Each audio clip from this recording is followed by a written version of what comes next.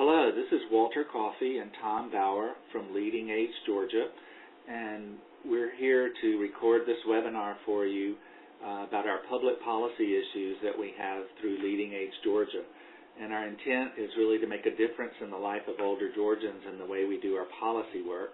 So we want to go through this information and get it to you as quickly as possible.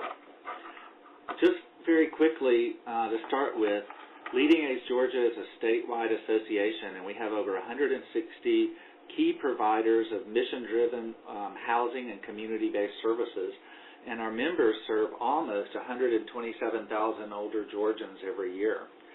Our mission is simply to represent and promote the common interests of our members through leadership and advocacy, education, and all other services that really help our members enhance our members' ability to serve older adults.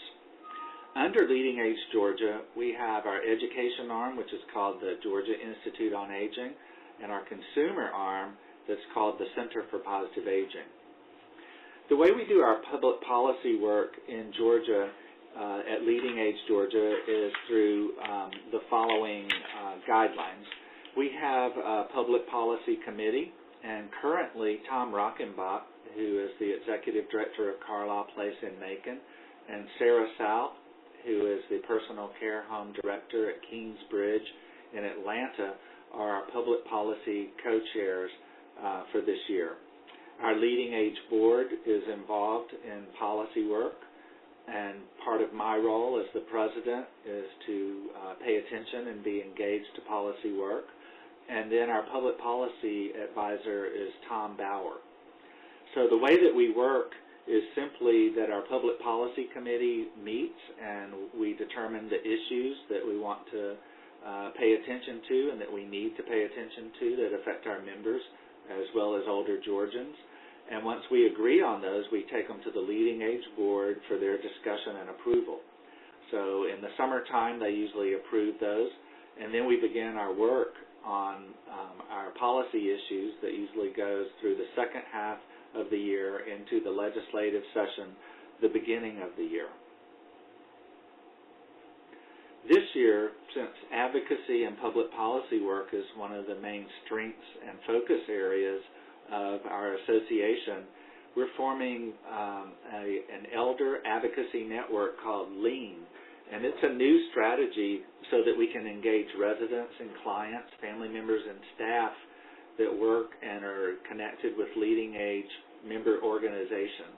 And this will better help us support our policy work that we do at the state level as well as at the national level in order to advance our advocacy efforts.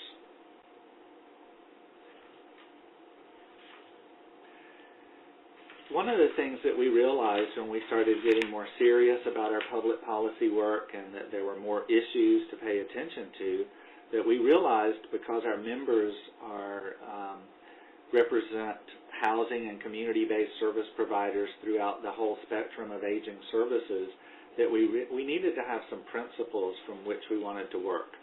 And we thought that maybe if there's an assisted living issue sometimes, it may be weird for home health organizations or for nursing homes. So we thought we were trying to figure out the best way to work within some guidelines to move forward in our public policy work. And so we spent a good deal of time, and Tom Bauer led us through some planning to develop some principles from which to work, and we're really proud of the way those work. And I'm going to just share with you that they're focused on really the rights of older Georgians, and they kind of follow, there's 7 principles, but they're really tied to elders being treated with dignity and respect, promoting independence, that laws and policy is regulated and funded by laws to protect seniors' well-being, that it's provided in settings desired by our elders in our state, and that the ability to access a variety of services and plans are available that don't discriminate against health providers and that cover the continuum of quality care and services.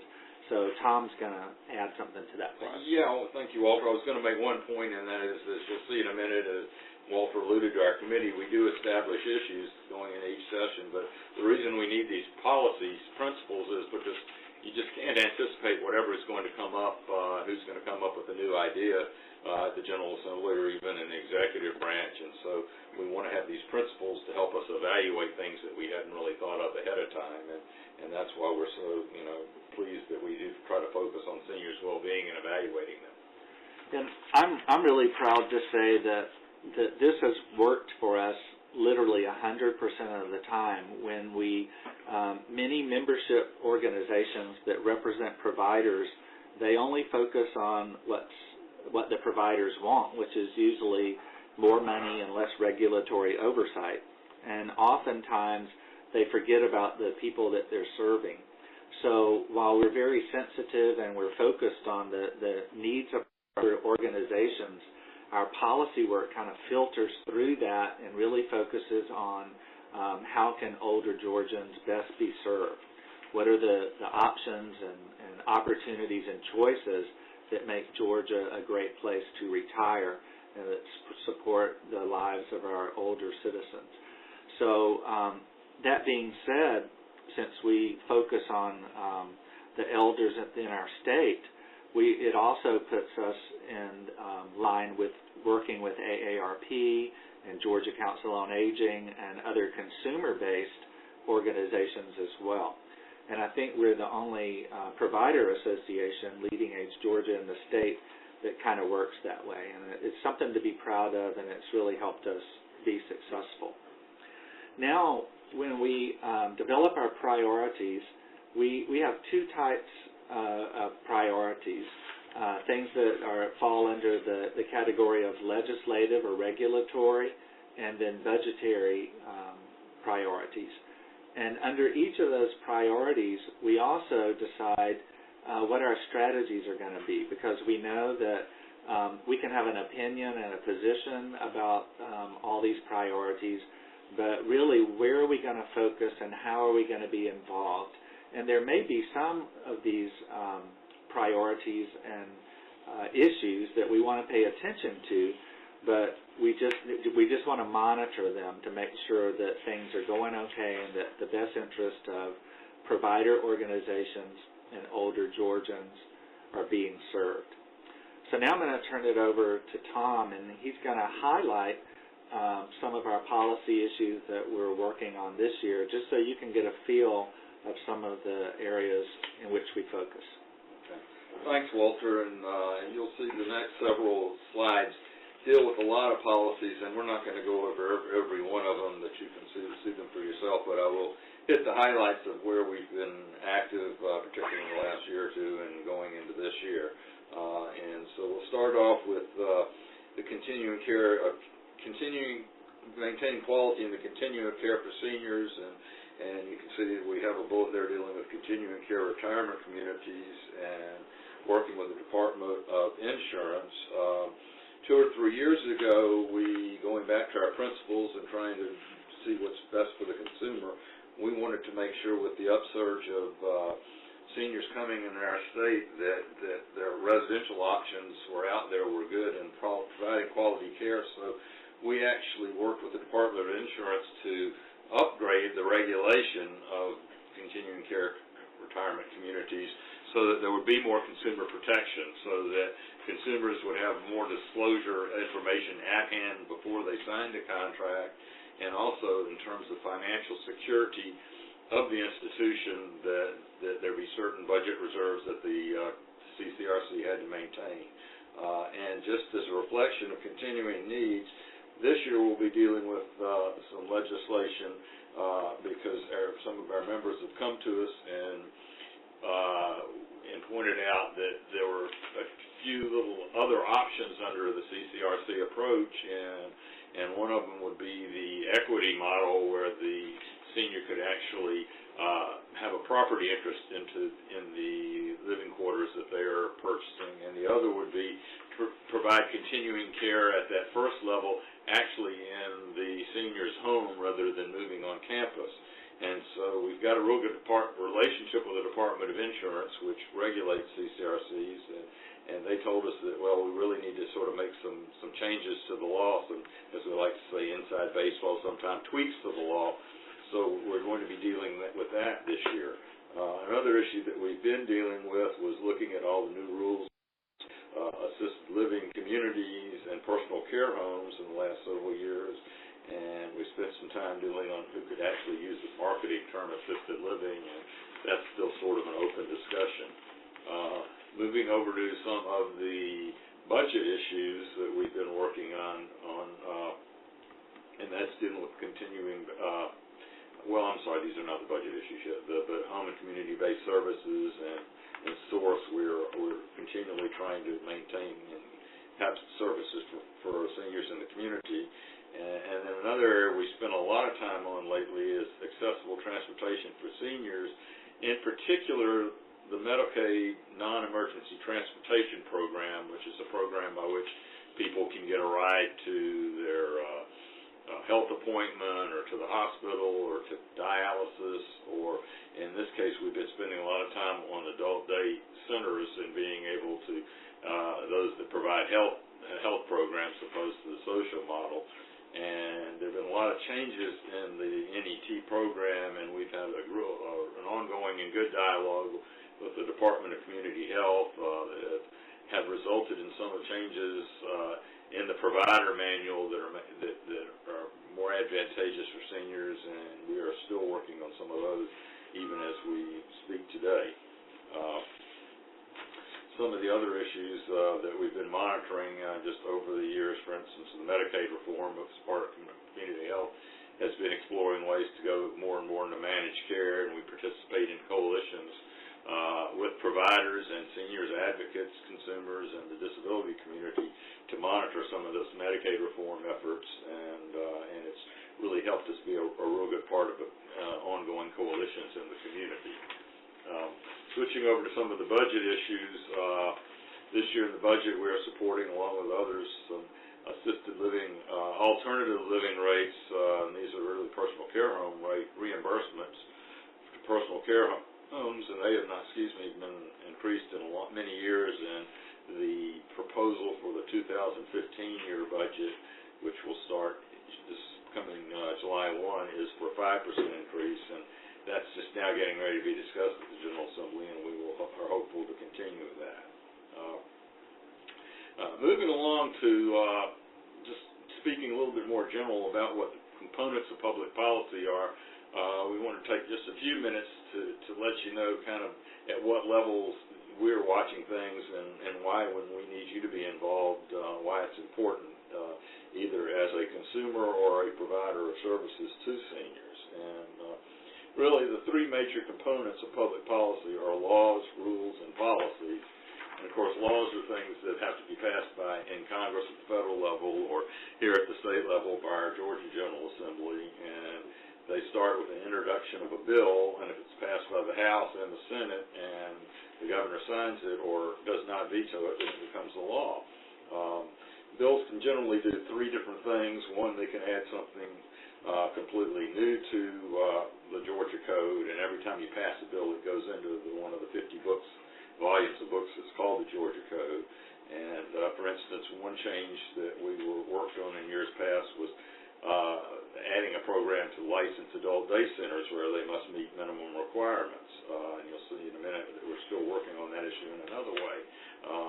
So that added something new to the code.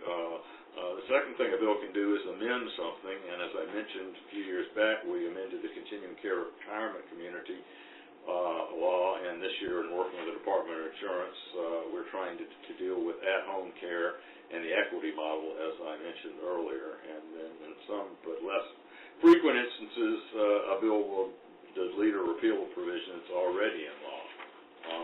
Now I want to switch for a minute just to another component, which is of public policy, which are rules. And people don't hear as much about them, and they are, if you think back to your 8th grade civics class, you know, we have three levels of government. We have the legislative branch, the executive, and the judicial. Well, the legislative branch makes the laws, and the executive branch is supposed to carry those out. But one of the components and the idea behind the legislative branch is that they are policy makers. So they might make, for instance, a policy decision that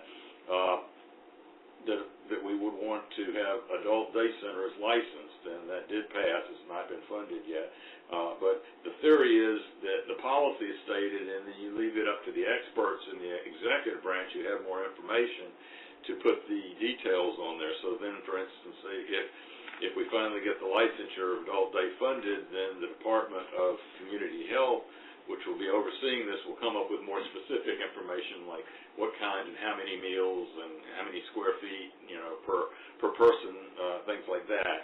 The important thing to remember about rules is they do have the same effect of law. They have to be within the scope of the law they are implementing, but once they are there, it's just as important. So if you are not eligible for a Medicaid waiver program, for instance, because of a rule, you're just as ineligible and not going to receive the service, whether it's a rule or a law that is preventing you from doing so. The third component of public policy that I just want to mention briefly are the more informal ones. They don't necessarily require an official action like a law being passed or a rule which has to be approved by the governing board of the state agency. But that can come in form of memoranda or even on the websites of the state agency where they're frequently asked questions, and the answers, those reflect different kinds of policies as well. And again, all these things really have an effect on when and how you can receive services. And so following up in dealing with the executive branch, we just wanted to point out a few of the important state agencies that affect seniors and with which we work. And probably the most prevalent one is the Department of Community Health, because it oversees the Medicaid program. Of course, Medicaid is insurance for low-income citizens, and it includes, for instance, nursing home residents as well as folks who are in hospitals, and of course that could be seniors or anybody else. And in particular also under the Medicaid programs are what are called the waiver programs, and what we mean by waiver is that Medicaid basically covers services that are in institutions like hospitals or nursing homes, and that is the government and lots of folks figured out about 20-25 years ago that folks could be a lot more independent and live more quality lives outside of institutions, and it could also save the state and federal government resources by helping them live independent lives because the services wouldn't be as expensive. So two of those waiver programs are the Continuing Care Services Program and the SOURCE program. And so that's all under the Department of Community Health, and the other important thing the Department of Community Health deals with is all of the facilities like personal care homes, nursing homes, assisted living communities, hospitals. All of those are inspected and monitored by the department, make sure that the health standards are up. For instance, in a nursing home, the hot water can't be above a certain temperature, and whether that's in place, or fire codes. And again, those are kind of the specifics that the legislature didn't get into, but the experts in the executive branch do. A couple of other state agencies which are important to the work of LeadingAge Georgia are the Department of Human Services, the Division of Aging, and that is the division that does the planning and provides services, oversees services of aging in certain areas like the Older Americans Act, and that's funded, and those funds come through the Division of Aging, and then they come through the more localized regional area agencies on aging and present fund such programs, for instance, as Meals on Wheels. They also deal with non-Medicaid home and community-based services, which are similar to community care services like Meals on Wheels, but for folks who may not qualify for Medicaid but still could access on a sliding scale types of services.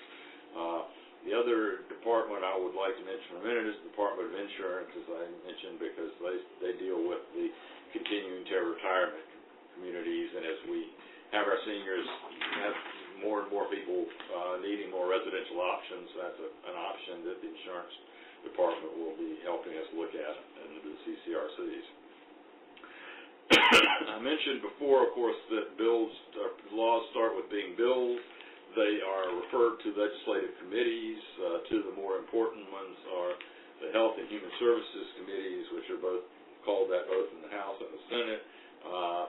Two former nurses are the chairs of both of those, and they have both been supportive of seniors' issues and worked with, Sharon Cooper in particular worked with us on some continuing care retirement community certificate of need issues, and Renee Unterman works very closely with COAGE, of which we're a part of. That's the Coalition of Advocates for Georgia's Elderly. Of course, the funding for services comes through the appropriations chairs, and that's who determines how much money is allocated for Medicaid or the waiver programs or community care services program, or in this case we're also trying to get funding, and I should have mentioned this under our budget issue. The adult day centers have the authority to be licensed, but until funds are allocated so that can be put in place and we can have rules established and staff to enforce those rules, they won't become operating as licensed facilities. And so this year we'll be trying to go through the Appropriations Committee, and particularly the Health Committee, subcommittee, to get that money put into the budget so that we can have our adult day centers licensed. Just kind of no surprise, based upon what I've already said, other legislative committees that are important are the Insurance Committee, and we, as I said, we are going to have legislation dealing with community care, continuing care at home, and the equity model, and that will go through the Insurance Committees here, and they will be the ones that perfect legislation before it's sent to the full House or the Senate, and then hopefully passed and sent to the governor. A committee that's not in the Senate, but it doesn't have a component in the Senate, but is in the House, is the House Human Relations and Aging Committee, and it tends to deal sometimes with personal care homes, sometimes with issues that are such as assisted living, and so we do deal with them as well. I hope that this has given you a quick overview of the types of things that go through the public policy process, why it's important to you, and I put down some of these committees because it might be at one time or another when we have legislation that you are an important part as a constituent for a legislator, and perhaps an adult day program you get services from as a constituent, or a nursing home you attend, and they are familiar with those things in the community, and we will be asking you to contact them in support of our initiatives. I'm going to turn it back over to Walter to let him talk a little bit about getting involved a little bit more at the national level. Okay, thanks, Tom. All this information is also on our website, leadingagega.org, and you'll see the tab for advocacy and public policy. So the principles, if you want to look at the in-depth list of the principles as well as our current issues, are there. And then moving into our national work, we really need to support our national association, LeadingAge at the national. Has over 6,000 providers throughout the U.S., and they have a really strong presence in D.C. regarding policy issues. So the way that you connect to Congress is through the website called Contact Congress, and the link is right there. It would be really neat to try it and see how it works for you, because all you have to do is put in your zip code, and it pulls up your members of Congress. And it also tells you the issues that they're working on currently, whether it's on the Senate side or the House side, and it gives you information about that. But it also has letters that are already prepared for you. So all you have to do is put in your name, and the letter is right there, and you can very easily edit the letter. So if you know them personally, or you want to call attention to that you have an organization that's in their area, anything you want to say to them personally, but the main meat of the message is already there. And you literally push the button, and in seconds it sends the responses. So we'd like to encourage you just on a regular basis to go into the national website and see what's going on and support those issues, and you'll find out it's very interesting. Now, every once in a while, when there's something that's very pressing, they'll do calls, and we'll have an 888 number, and a toll-free number that you can call, And when you dial that number, you'll get a very simple message from one of the LeadingAge national staff members that kind of tell you thank you for calling and remind you of the issue and what to say. And then through your phone, you just put in your zip code, and it'll connect you. It gives you choices, prompts to choose either your senator or your representative, and it'll go directly to their office. And when their staff answer, all you have to do is introduce yourself, let them know that you're a constituent and that you really want them to pay attention to a certain issue that's going on nationally, and they'll take that information.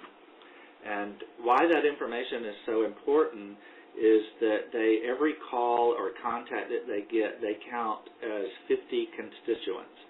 So just think if only 5 people from our state called, it would be like that we were representing 250 of their constituents. So it's really critical to pay attention to those issues and to participate, and they make it really easy for you. So the main thing, just to keep up with what's going on and the progress that we're making and to be engaged, is on our monthly e-newsletters that we call the Coffee Break. They're always posted on the homepage of our website. And make sure you read the monthly public policy reports, because Tom spends time every month giving you updates on the latest information that's going on in the policy world, and then we usually add some additional information to his report.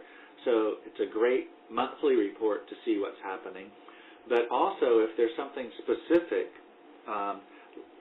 we will send out a policy alert, and it'll give you information and talking points and background so that you understand what's going on. It'll tell you who to contact and how to contact them, and a very simple message on what to say. And then, as always, we would love for you to contact our office and just let us know. You could email us and let us know the contacts you've made, and so we can kind of keep up with the support that's going on. So thank you so much for investing your time in listening to this, because it's a lot to take in, and it's a very kind of high-level overview of what we do. But whenever there's something specific that we need help with, we'll give you the facts and the background and exactly what you can do to help make a difference. And what we've learned is that the future that we want for ourselves and the ones that we love is all in our hands, and we have to tell our story, and we have to help our legislators know what it is that's important to us, because they have a really, really hard job. They're trying to make everything work for everybody, and they need the information that we have so that we can help direct policy issues and advocate for things that make Georgia a great place to retire and a great place to grow old.